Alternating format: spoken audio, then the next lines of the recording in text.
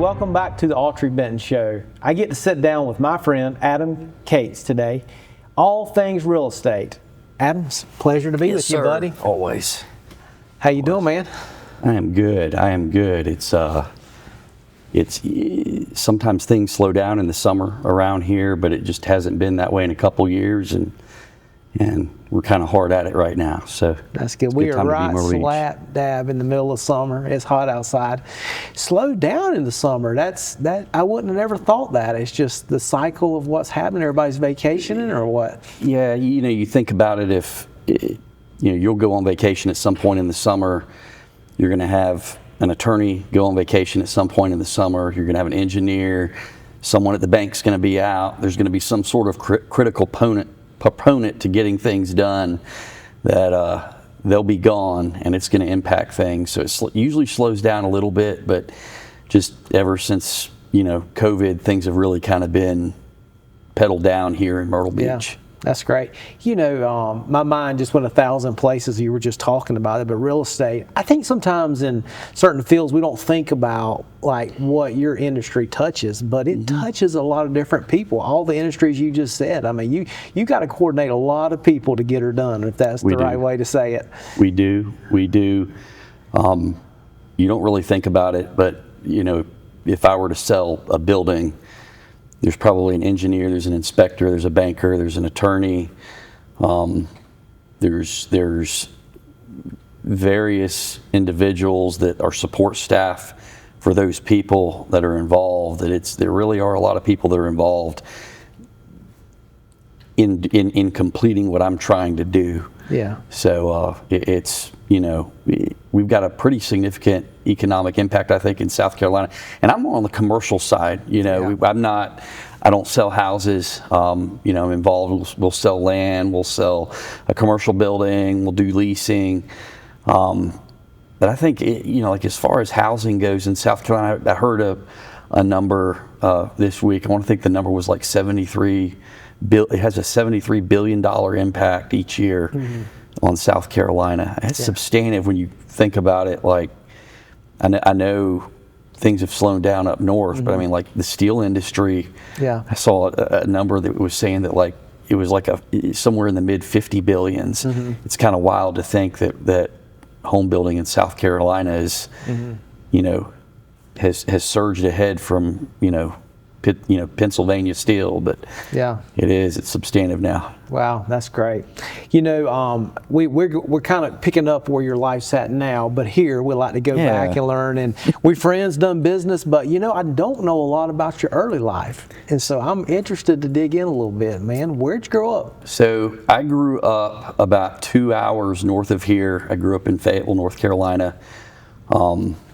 A lot of people call it Vietnam. It's right. It was in close proximity. It's Rayford Road. Rayford Road, right there on the edge of Fort Bragg. And my parents were both from North Carolina, both kind of between Chapel Hill and Winston-Salem. And my dad had taken a job with a company in Fayetteville. It went by a couple different names, but it ended up being called Wellman. And I know there's a Wellman club out in Johnsonville. There was a plant in Florence. They make plastic products? Yes. They polyester was a big product of theirs. And there were things over the years, like I remember my dad coming home and they figured out how to do a plastic beer bottle, which was didn't really hit the same way as others, but my dad worked there, and what was odd was that we were not, because we weren't military. They're in and out every 2 to 4 years. Right. There's a cycle, and we lived there. I think we moved there when I was a year or 2 years old, and that's where I grew up. So did you like growing up in Fayetteville? What was your memories there? I mean, it wasn't a place that we left the door unlocked every night, right. but I think it was idyllic in the way that it would have been idyllic in the 80s and the 90s. I had a group of friends that were there, were consistent. I mean, I had a groomsman in my wedding that I've known since I was 4 years old. People that I grew up, I went to church with, and it was like anywhere. We could ride our bike to the gas station if we wanted to. Went to school, played baseball, played soccer. Did you have friends, and you mentioned it slightly, but did you have friends that were there and moving out all the time? Do you see that? Was that a part of your life? Yes, it was every, like I remember being in I'm going to say the 6th or the 7th grade. I remember being in school, and the next year, it was like I had a group of guys that I hung out with. Let's say there were 6 or 7 of us. The next year, all the military ones got their dads got transferred somewhere else, and you had to turn over and you had to make new ones. But I think, kind of with what I do now, I think growing up in that environment has kind of helped me, because you gotta figure out how to get to know people and get along and build relationships. People aren't going to be here forever, and in life you go through cycles where your social circle's constantly expanding and contracting, and I think living there, it was a constant expansion, but I enjoyed it. Yeah. I don't know that it's somewhere that I would want to go and raise a family now. Yeah. But yeah, it had a lot to offer. I was in Boy Scouts there. We'd go camping a lot. We'd go to the mountains. My grandparents lived, between 2 and 2.5 hours north of us. So we were relatively close to where my parents were from. And I've got a brother that lives in the Fort Mill area up in Lancaster County. He and I both went to UNC Charlotte. And when I graduated, my family, my parents had relocated here, and they were living in Conway out what was called the Conway Golf Club. It was a 9-hole golf course, and my dad moved down here, went to work at Met Glass, and I went to school for I don't know, you call it communications or public relations, and when I was graduating, I didn't really want to go work at a bank. It was 2005, and I just wasn't feeling it. And Dad was like, "Why don't you come down here and maybe try to get into real estate?" So that's what I did. I came down here and took some real estate classes, and got my license. Well, anything you want to add about your mom and dad? No, so my dad worked at Met Glass. He retired, I'm going to say 2 years ago. When Mom got to Conway, she went to work at a place in downtown Conway. It was is it Pop's General Store? Yep. That used to be called Bodega. It was like a kitchen supply wine store. Yeah. And she went to work there for a little bit, and then she kind of followed me into real estate and went to work for the Chris Sansbury and Nancy Lee over at Century 21 McAlpin before they sold that office. So, did she enjoy it? I think so. I think it with my parents. My dad worked at Met Glass. He was a mechanical engineer, and then my mom has a textile engineering degree. Oh wow! So for her. When we were born, me and my brother, she decided that she was going to be a stay-at-home mom. Oh wow! So I think it was something that she got to go back out and work and enjoy the things that she enjoyed. She liked the people that she worked with in Conway, and still maintains relationships with them. And I really think when they moved to Conway, it was a really, like we're seeing with most people now, it's a great place to retire to, and they really landed on their feet when they moved there. Yeah. Have you ever played a round of golf at the old Conway Country Club? Man, I am not a huge golfer. I went out there to the driving range one time.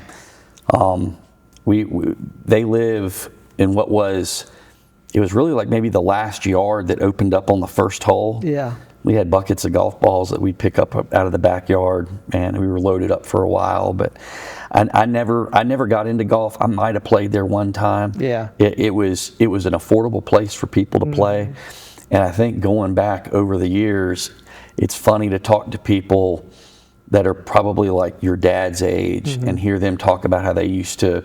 That was like the pool, man. Yeah, they used to go over there and go to the pool. The pool was more popular than the. That's right. So it was a good place, and it filled the need of that community for a while. And now you have like the senior center over there near the ball fields and everything. It's there's other things that fill the gap now, but it was a good place to be. It's one thing about life. It's always changing. That's right. Always changing. Good deal. So anyway, I'm picking you up. So when did you meet your wife? I met my wife in 2007 at, it's called Latitude 22. I think it was Latitude 22. And it was if you're familiar with the Surfside Beach Pier, there's like a River City Cafe. Yeah. It was the third floor, the top floor on that building. It was just a little bar, and just a little bar and grill kind of deal. And I was working at Ripken Experience, and I met her, and probably summer of 2007. Love at first sight? Yeah, probably, maybe. Yeah. How quickly did y'all marry? We got married in October 2009. Okay. Yeah, we got engaged in April, but got married in October 2009. Help me with the math. How long you been married here now? We were talking about that yesterday. 17 years. 17 years. 17 years. Yeah.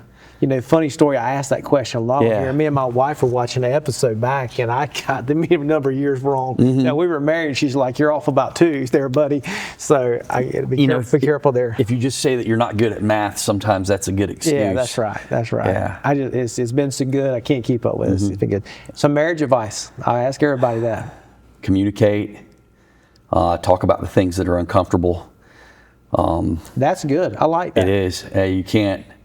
If you're not comfortable talking about everything, it's not going to last. That's good advice. Your spouse can't your spouse can't come to you and anticipate judgment. You got to kind of be forgiving about things, and understand that sometimes. I think the thing that Crystal would tell you that the struggle early on was. She would come home and there would be a scenario with something, let's say work, and she would be venting about it. And in my mind, I'm like, well, I need to help solve this problem. I need to give a solution. No, you just need to sit there, and that's it. I think that was tough, but once you get through all that, once you get through that. And you spend more time probably listening and communicating and be direct and be completely and utterly honest. I think most people that have been married years and years and years will tell you that if you do that, then it'll be smooth sailing. Man, I've asked a lot of people that question, but that's some of the best advice. I mean, because some people will avoid it, man, and keep sweeping it a rug until it's a big mountain there, and that mountain's going to come crumbling down. That's right. Yeah, for sure. How about your kids? Getting kids? I've got 2 kids. They both go to the St. James schools down there. We live in Myrtle's Inlet. They both go to the St. James schools. I've got a daughter. She's 13. She's at a church camp. We dropped her off this morning. They were going up to somewhere in the upstate. And then I've got a son that's 10, and he's with Grandma and Grandpa in Conway right now. Oh, that's great. Doing their thing. So he's excited to be over there for a couple days. What can entice y'all just move on over to Conway? Man, it's a good place to be. Myrtle's Inlet's a good spot right now. It's got good schools. We're real active in our church and our neighborhood. We live kind of in the back of Prince Creek, and it's just it's insane the amount of kids in our neighborhood. It's just a really good place. That's great. Where you go to church at? We go to, it was called First Baptist Church of Myrtle's Inlet. Yep. It's now called Coastal Church. Yep. Well, our congregation merged with First Baptist in Myrtle Beach. So we go to the Myrtle's Inlet campus, where me and my wife are both involved. We both teach Sunday school for elementary school kids. What age you got? What ages you teach? Oh man, I think first grade. Yeah. Oh, so I guess boy. that's what, How do you keep their attention, Adam? We don't. We don't. It's tough, but man, it keeps you on your toes. Yeah. Keeps you on your toes being around younger people. So yeah, it's good. What does your faith mean to you, man? Well, it means a lot. I think, as humans, we all think that we have control of things. I think that's the normal way to think about. It's how you, to a degree, you roll through life. But you're going to have mishaps. You're going to have crises.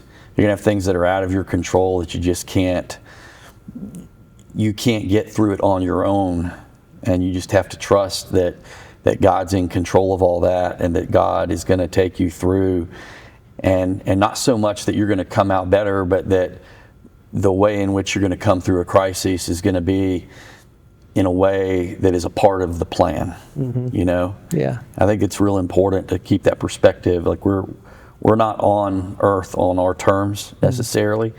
We're on earth on His terms. Yeah. And we're here to fulfill His charge and fulfill His purpose.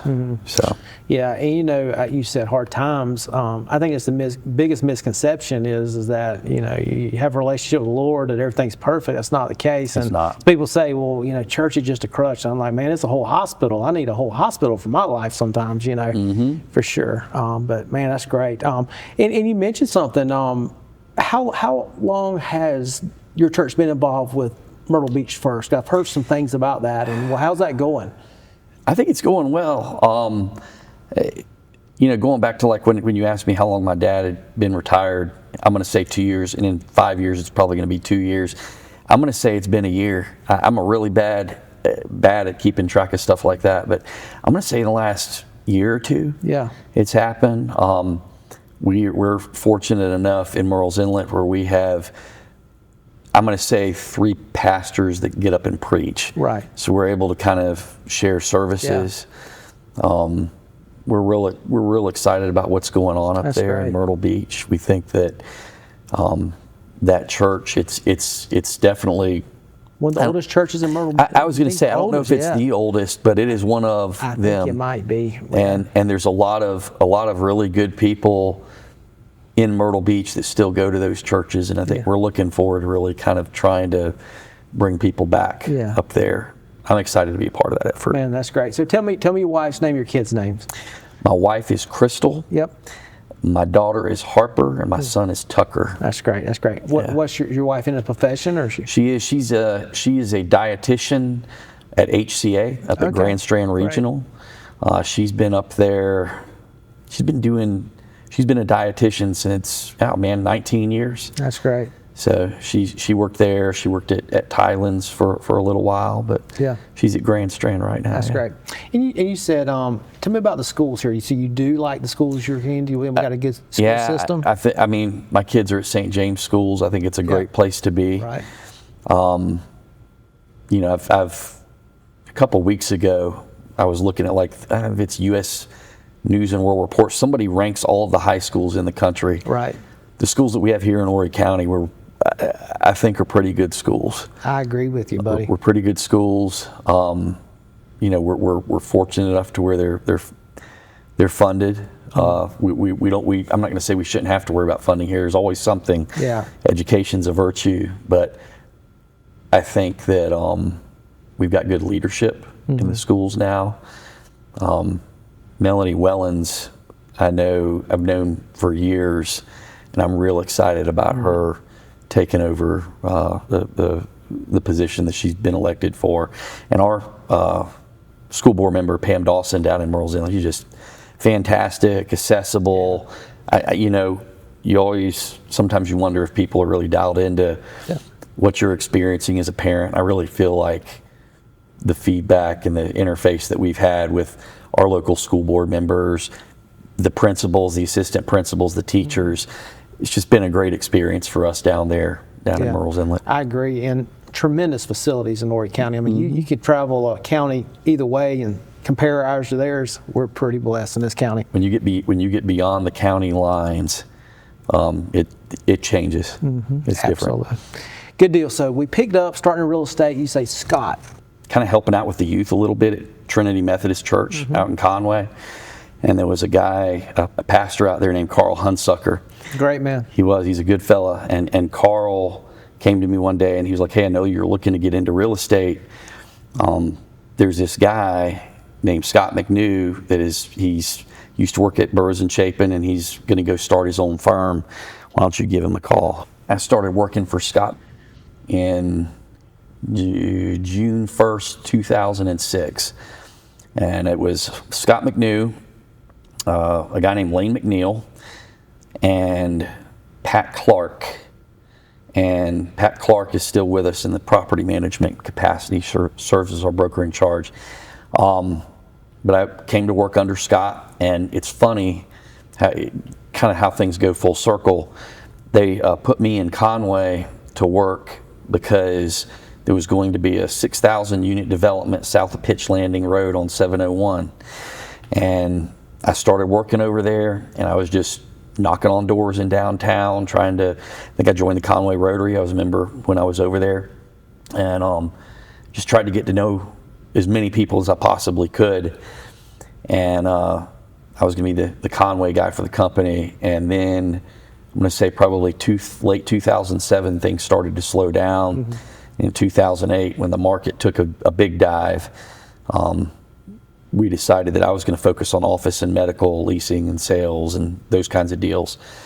So I focused on that. Can I pause there? Yeah. And when you called out the year that you were starting in real estate, buddy, you were getting ready to go through a tough time. Yeah. What was your mindset when it happened? Well, I remember coming in and sitting down with Scott at the table when I first started, and he was like, "Listen." I was wondering if was he messing with me. He was like, "Listen, you're not going to make anything for 18 months, right? And you're going to have to work. You're going to have to work like in a way that you don't know work coming out of college." And he was right about that. But what that did was in June 2006, 18 months, that would put me in like February 2008, and I think I got my first check in November 2007.